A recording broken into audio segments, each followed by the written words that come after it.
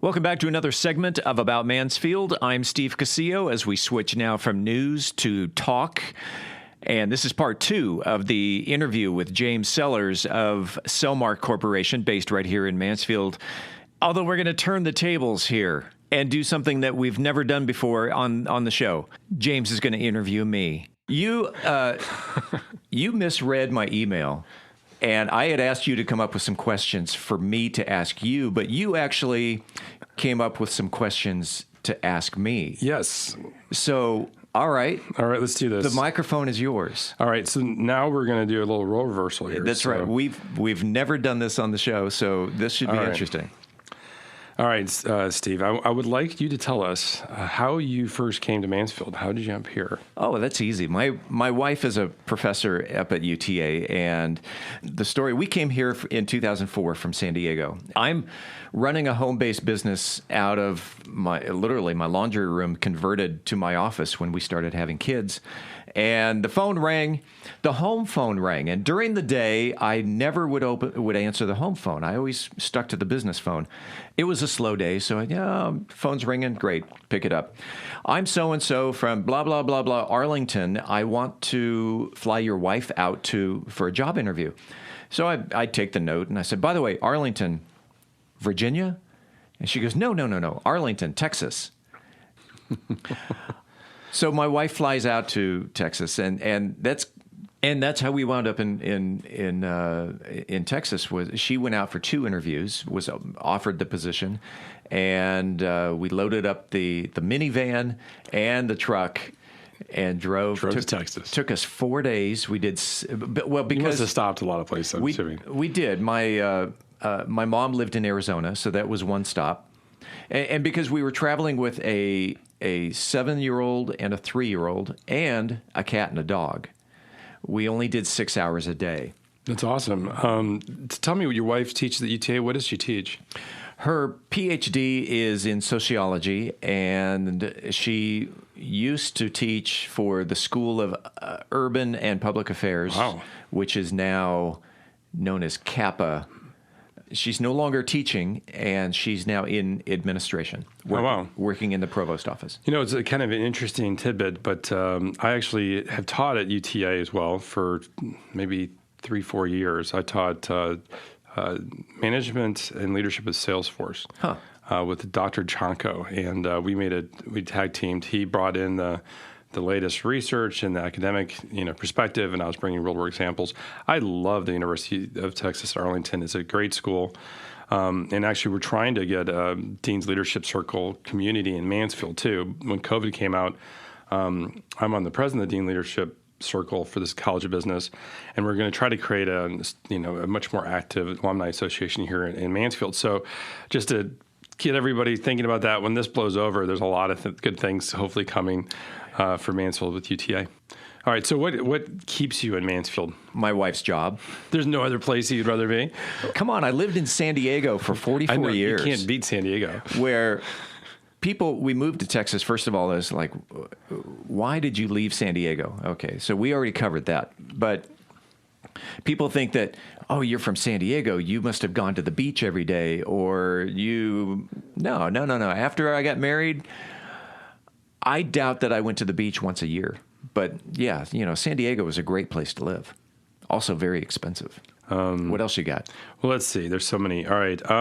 There's so many questions. Actually, I have about 1 million questions for you, so we'll have to save some of those for later. But so tell me one thing that you love about Mansfield, and then one thing that you'd like to change about Mansfield, if you could. Okay. One thing I love about Mansfield, and this has been my passion for the city of Mansfield, is its downtown, and to help downtown become a gathering place. When you go to these, and especially those cities, Waxahachie, Granbury, where they've got the town square, they've got the courthouse. All right, so we don't have that. But how do we create downtown to be a gathering place? As a board member and past president of Discover Historic Mansfield, that was one of our passions, is to promote the present and the future of downtown Mansfield. And in doing so, we produced, I'm trying to think. I think I produced 6 or 7 downtown festivals, what was then the historic Mansfield Music and Arts Festival. That was you that did the music festival? Yeah, That's an awesome festival. Yeah, that was so. Our first one was headliner was Delbert McClinton. I was not the president at that time, but then became the president shortly thereafter. We brought in Jimmy Vaughn, Stevie Ray's brother. Wow. Our last one was probably 4 or 5 years ago, and then did it morph and merge into with another? It is now. You may be thinking of Music Alley, which yes. is now produced by the city of Mansfield's Park and Rec Department. So that's not the same. That's a different thing. No, the Music and Arts Festival that was produced by a nonprofit. Okay. Yeah, a lot of people thought the city was producing it, but I thought it just maybe just for branding. But I will say this. I mean, we've known each other a long time. The time that we just talking about from like 2003 to now, the city's grown tremendously, probably doubled in population in that time frame. I have really found Mansfield just to have done so many things the right way. I think the downtown revitalization's been great. They have some great businesses downtown. You grab a cup of coffee, get a taco. You have the lot, which is great. But we're really blessed to have the parks that we have in this town. Oh yeah, they connect so many interesting parks together with the linear park. And now with the dog park, my dog Copper is a regular at the dog park. Yeah. My daughter drives him out there. It's only a 10-minute drive from our home. What's going to happen to Mansfield when we say we're built out maybe 100,000 people? What do you think? I think that's probably where it could go when it's fully built out, right? So what do you think it's going to be like when there's 100,000 people in Mansfield? Oh, there's going to be mass transit, and there's going to be you're asking me to predict the future, and I don't. It's going to be interesting. I don't know. If I were running for mayor or council, I would have some goodwill ambassador answer to that, but I'm not. It still has that hometown feel to it. Oh yeah. As it's gotten bigger, it still maintained that, and I hope we can still grow and make good opportunities for people to have businesses and expand. But I wish there was more local. Actually, I wish there was more local, independently owned things in Mansfield. Whether it's restaurants and cafes. I like the local restaurants and cafes in town, and I want to see that sustain itself. There's a Facebook group that I own, and I'm the administrator of. And in order to become a member of this group, you have to answer one question, which is simply, what is your favorite thing about Mansfield? More times than not, hometown, that small town, that hometown feel. Even though the city is growing and we're over 70,000 people now, It is still seems to be that one main thing that keeps coming up in people's mind is that even though we're growing, it still has a small town feel to it. Yeah. And coming from San Diego, San Diego's 2 million people. Coming to Mansfield, it does have that small town feel. Yeah. We're only half an hour from Dallas and from Fort Worth, where you want that massive city feel. Great, go for it. But I love with a little mass transit, though. You'd like to add a little mass transit to it. No. Although I think what would be really cool, and I have talked to other people about this, even people on the council, is perhaps a trolley system that goes around from the hotels to some of the major points in Mansfield, whether it's Big League Dreams or the water park, the shops at Broad, or downtown, a trolley type system, or that makes the rounds, and it's with the Star Centers now, and we right. And then with the Performing Arts Center, you're right. We have some really spectacular venues now in Mansfield, and need to get people out to see them. Right. So that's good. All right, tell me a little bit about the AM podcast, because honestly, we just were catching up recently, and I found out about it. How did you get the idea to start the AM podcast? Let's go back to summer of last year. I was professionally in a slump. Business was down, and so I went to a friend of mine, took him to lunch, and I said, I need a good professional kick in the butt. Help me think outside the box. What's my next step? And he says, well, what are you good at? And I said, well, radio production, broadcasting, And he said, podcasting. I mean, without even thinking about it. The podcasting industry is growing exponentially, not only in the country, but worldwide, that what was in the early stages of blogging and became this huge industry is now the podcast industry is in its infancy and is growing. I came to this friend, neighbor, business owner here in Mansfield who owns the office in Mansfield, which is a co-working space. And I said, I've got this idea. Do you have any office space? Yes. October 1st, we opened the recording studio, Podcast Mansfield Recording Studio. Wow.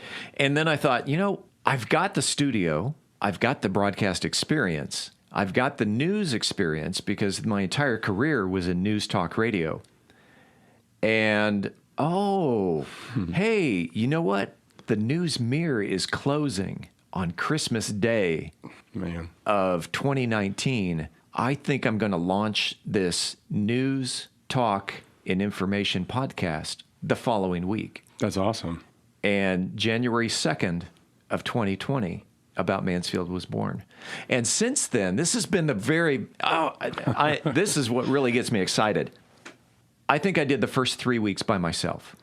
And then a friend came to me and she said, if you ever need a second voice, I would be willing to come on and do that. So Colleen Daniel, I gave her a voice audition. She passed the test. And since then, she's been my co-host. I've added an intern who is going to, he's actually leaving me in August to go to UNT to study broadcasting. Then out of the blue, I get an email from my now reporter, Stacy Main. And she says, in the email, she says, I was just laid off from a 20-year career at CBS 11 News. Oh, my gosh. I live in Mansfield, and I want to be a part of your podcast. Oh, my gosh. Wow, yes. That's awesome. All right, so there's now 4 voices. Then I started receiving some written contributions from who is now my roving science reporter, Dennis Webb. And I said, Dennis, why aren't you voicing this for me? You need to be the science authority in Mansfield. So I have a staff of 5. They're all volunteers, and they all contribute to the podcast. And I am just blown away. Dennis used to work for NASA for 36 years. Talk about a great scientific mind. Again, Stacy with her 20 plus. That is awesome. Her 20 plus years at CBS News. Colleen was an employee of the News Mirror prior to coming to us, and then you've got the future broadcaster, Robbie, my intern. All here in Mansfield. All here. They're all Mansfield residents. And I was contacted the other day by a guy who says, how come you're not doing sports? And by the way, I played minor league baseball. So you're going to have a sports segment soon? Possibly. There's no sports right now, but yeah. I gave him... That'd be a short segment. Yes.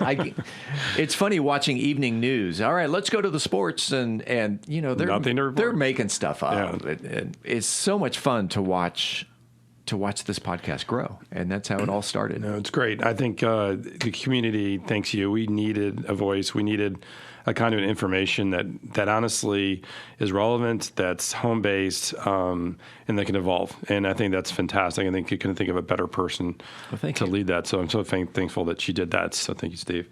Actually, your location, your studio, this facility here is actually really wonderful. So one of the things Mansfield's needed, and I'm very passionate about too, is we need more entrepreneurs. We need people to start businesses, hire people, come up with new ideas here and stay and operate here and grow their businesses here. Right. And this location you're in is a perfect location for that. Well, that's one thing I like about it's called The Office in Mansfield. And we're located just off of Country Club in a little cul-de-sac, Alexis Court. We're right next door to the fire station, which is interesting. The studio is 400 feet from a fire station, yet sirens have never interrupted a recording session. Although I hear a helicopter right now. Yeah, some aircraft is flying overhead. I wonder if it's black. I don't know. Yeah, I think especially when you're starting out, you need a place to meet clients, or you need some place to, like you said, get away. So right. I'm glad we have that space in Mansfield. We need that. So a little shout out to Brad Waller and Ashley, who manages the business, but the office in Mansfield, wonderful place. Yeah, definitely anybody that's looking to move out of the garage, the next step, this would have been wonderful to have back when we made that first venture. So anyway. All right, so I don't know if we have time for some extra questions, but I do have more.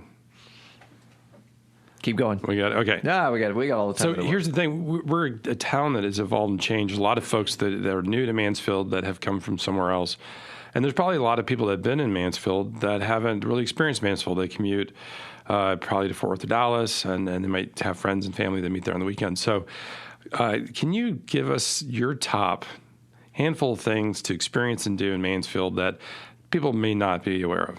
There are a lot of people in this town who don't even know the Far Best Theater exists.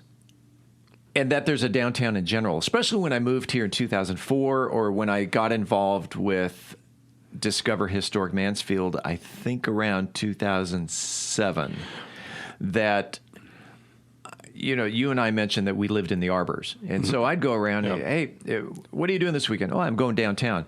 We have a downtown? And so the Far Best Theater, I think, is one of the gems that is downtown. It's now owned by the city, and it was actually, again, going back to Discover Historic Mansfield, the nonprofit, we used to manage the theater for 1 year. Oh, that was so much fun. What happened? I actually have a question about that because I went to the Far Theater several years ago, and then for several years it wasn't operating. Mm-hmm. Now it's back. Is the Far Theater putting on productions again? Yeah, it's managed by the Mansfield Commission for the Arts, which is a city-run organization.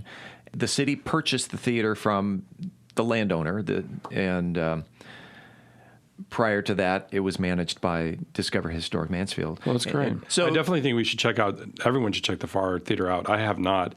I was going to say one little tidbit, and one of the things with this COVID, and also living downtown, we walk everywhere and we ride our bikes everywhere. And from the Arbors to downtown, I believe it's like 20-minute bike ride. Yeah. And I think it's like maybe 40-minute walk. All right. So the thing is, the reason I mentioned this, you can walk all of Mansfield, could walk downtown, ride a bike in downtown to downtown within 30-minute bike ride, maybe an hour walk. And that's not so bad. I mean, people pay good money, drive distances to get a good workout. So just come downtown, ride your bikes downtown. All of Mansfield's very accessible from everywhere. So, and they're expanding the bike paths, which is fantastic, and the walking trail. So the more we use it, the more they can do for us. So that's going to be good. And I'll be doing an interview segment like this in the future about bike safety in Mansfield, because you got to share the road here in Mansfield, right. and that's true. And there's some people that don't know that there's bike lanes and what that means. So definitely that's going to be a good segment. Definitely want to hear that one. What else? So Far Theater, one of the top venues you think that people should experience. What else? On the sports end, Big League Dreams, even just to walk around Big League Dreams and check out the 8 replica ballparks. It is really cool.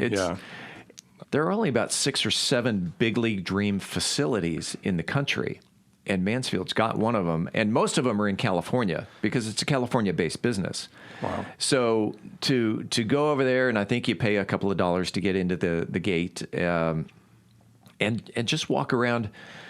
It's really cool, and especially when it's busy where you've got softball or baseball games going on all the fields or most of the fields, and you can walk around from Ebbets Field to the Polo Grounds to the ballpark in Arlington is one of the replica fields. Yeah. Wrigley Field, I believe, is one, and Fenway Park. All the big ones, yeah. They may not be actual size, but they sure look like them. No, it's been fun. I played on the fields before, and it's a really great venue. Yeah. Also a good place to meet and get together. We used to meet with Leadership Mansfield. Used to meet up there.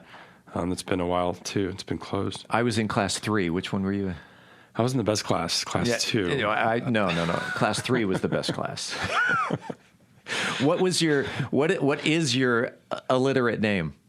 I think it was just James. I think James. I think that's. I didn't. What do you do with Jay? I mean, what was yours? Mine was Safety Steve. Safety Steve. Now, I think I'd call you Studio Steve or something a little more. I like that. Yeah. Okay. Studio Steve. That's now my illiterate name. You're switching it. Oh, fantastic. Well, it's been fun catching up. Here at the studio, seeing all that you're doing with podcast. There's so much to do and see in Mansfield. Great schools, great place to have a business, great place just to relax and have a good home. So it's great talking with you. It's been a journey. And, the funny thing is, after all the time, aren't we just getting started, aren't we? This is just the beginning. Oh, yeah. So what's funny is listening to you deliver what the recap of what I'm usually doing. And so James Sellers has been my guest, and I guess I've been your guest. James Sellers, CEO and founder of Sellmark Corporation, based right here in Mansfield, Texas. Appreciate you being on the program today. This is About Mansfield.